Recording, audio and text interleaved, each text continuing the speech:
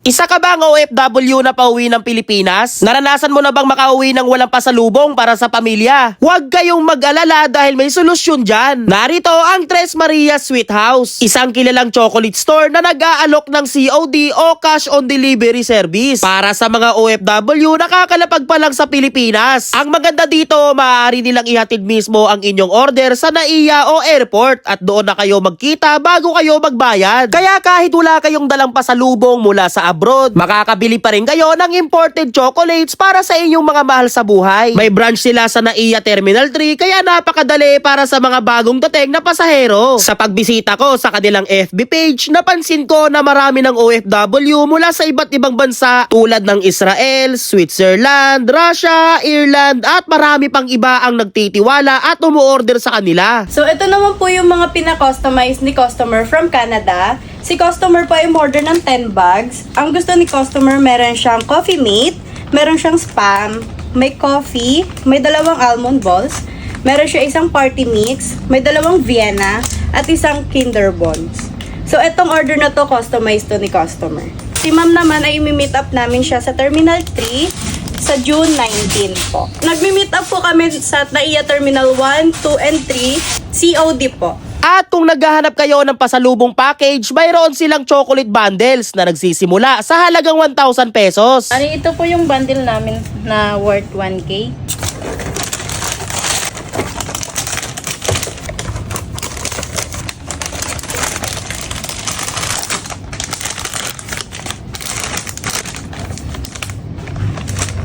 Bukod sa kanilang branch sa NAIA 3, mayroon din silang branch sa Merville, Pasay at dito sa Cartimar, Pasay kung nasaan tayo ngayon. Ito nga pala ang address ng mga branch ng Tres Marias Sweet House. Hindi rin nakapagtataka kung bakit napakarami nilang suki dahil bukod sa murang presyo, direct supplier pa sila ng imported chocolates at open din sila para sa book orders at mga gustong maging reseller. Silipin naman natin ang ilan sa kanilang mga produkto. May mini wafer na 50 pesos lamang bawat isa. Ang cookies naman ay 100 pesos para sa 4 na piraso at may iba't ibang flavors pa na pwedeng asorte. May iba rin silang biscuits na 4 na piraso sa halagang 100 pesos lamang. Para naman sa cookie lovers, mayroon silang box cookies at meron ding package na 5 piraso sa halagang 100 pesos. May Tiffany cream din sila na 4 na piraso sa halagang 100 pesos. Ang Favorito cookies ay 88 lamang kada balot. May truffle pack din na 88 pesos. Syempre, hindi mawawala ang mga paboritong imported chocolates gaya ng Ferrero Rocher, Snickers, Twix, Reese, KitKat, Hershey's, Goya, M&M's, Milka, Dairy Milk at Toblerone. Ang Snickers, Twix at Reese ay 108 pesos para sa 3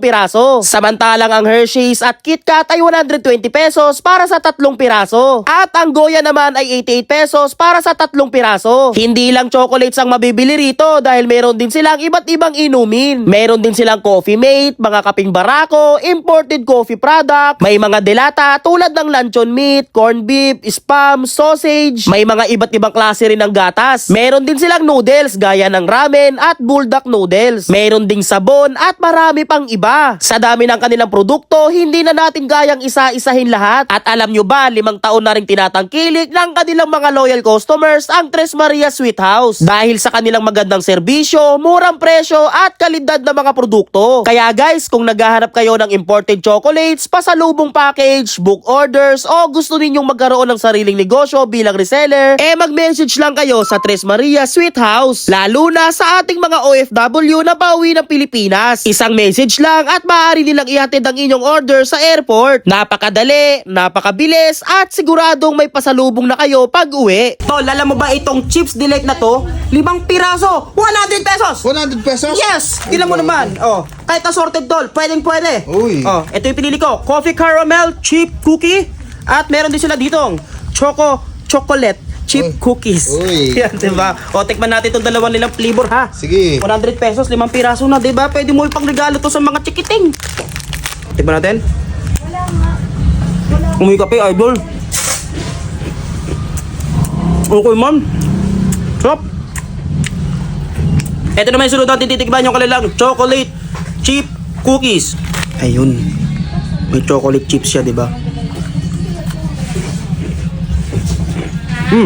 Ito talaga yung original na lasa ng cookies na natitikman ko eh. Pero sa kasi lasang coffee caramel. Okay din yun, pero mas bet ko to. Sarap. Tol, parang Pinoy yata gumawa nito, tol. Bakit? Kasi cookies. Cookies! Cookies! Cookies! 4 na piraso, 100 pesos. Cookies rasa mochaccino.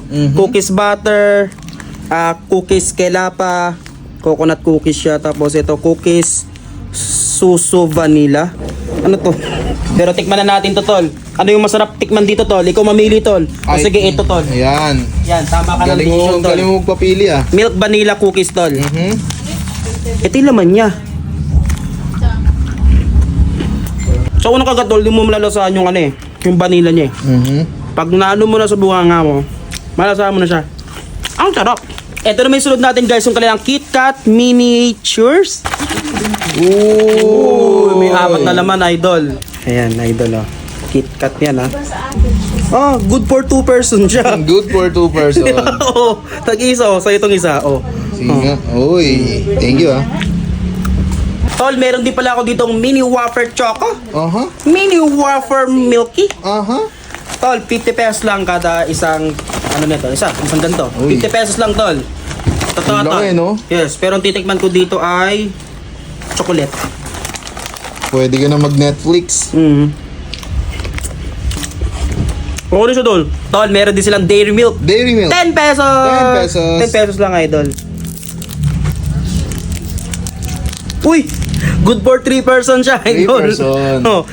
1 for you, Uy, 1 for me. 1 for you, Uy. Thank you. and 1 for me. Uy. Okay. Guys, bumili rin pala ako ng pampasalubong. Ayan. Uy. Para pag-uwi- Pampasalubong showcase. Yes, para pag uwi ko sa bahay, okay na okay.